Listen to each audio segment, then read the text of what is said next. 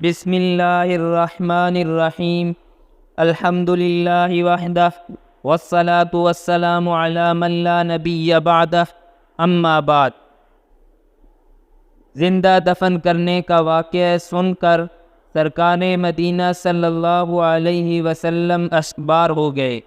زمانہ جاہلیت کی کارکردگی اللہ رب العزت نے درجے بالا آیت میں بیان فرمائی ہے کہ جس کے یہاں لڑکی پیدا ہوئی اسے زندہ درگور کر دیا جاتا تھا۔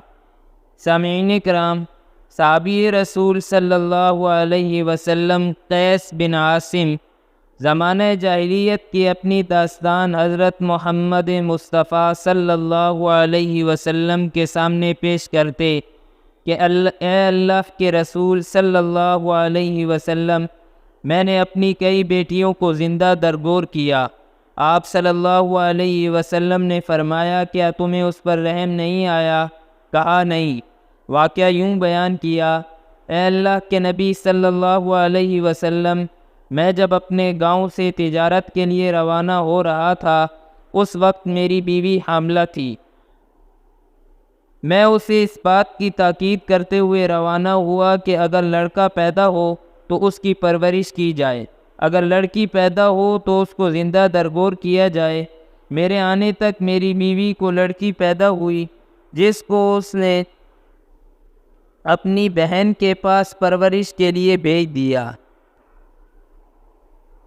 جب میں گھر پہنچا تو اس نے مجھے خبر دی کہ لڑکی پیدا ہوئی تھی، جسے میں نے زندہ درگور کر دیا۔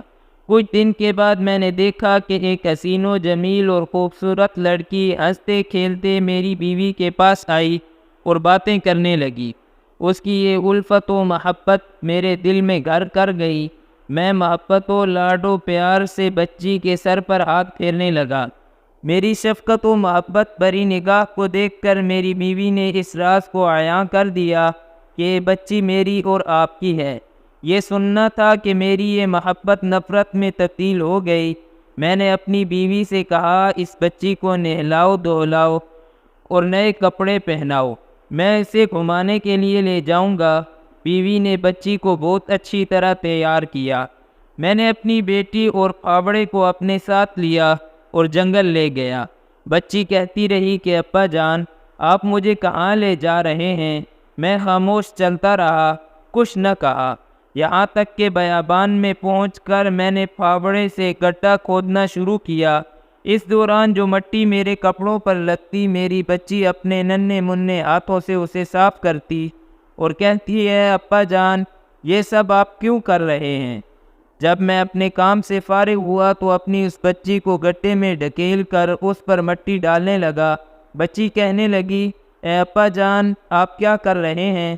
کیا آپ مجھے اس ویران جنگل کے اندر تنہا چھوڑ کر چلے جائیں گے؟ کیا آپ مجھے یہاں اکیلے چھوڑ کر چلے جائیں گے؟ بچی رو رو کر کہہ رہی تھی، لیکن اس وقت میرے دل پر کچھ اثر نہ ہوا۔ میرا دل سنگ ہو گیا تھا، میں پتھر دل بن گیا تھا۔ وہ آواز ابھی میرے کانوں میں گونجتی رہتی ہے کہ اللہ تعالیٰ میرے اس گناہ کو بخش دے گا۔ اس واقعہ کے سننے کے بعد حضرت نبی اقدس سرور کائنات صلی اللہ علیہ وسلم نے اپنا چہرہ انور اٹھایا تو آپ کی آنکھیں نم ہو گئی تھیں، آپ اشکبار ہو گئے۔ آپ حضرات سے گزارش ہے کہ اگر آپ نے میرا چینل دیکھ کر پڑھو سبسکرائب نہیں کیا تو چینل کو سبسکرائب کریں تاکہ آنے والی نئی اپڈیٹس آپ کو مل سکیں۔ ویڈیو پسند آئے تو لائک اور شیئر کریں۔ وَأُفَوِّضُ أَمْرِي إِلَى اللَّهِ إِنَّ اللَّهَ بَصِيرٌ بِالْعِبَادِ۔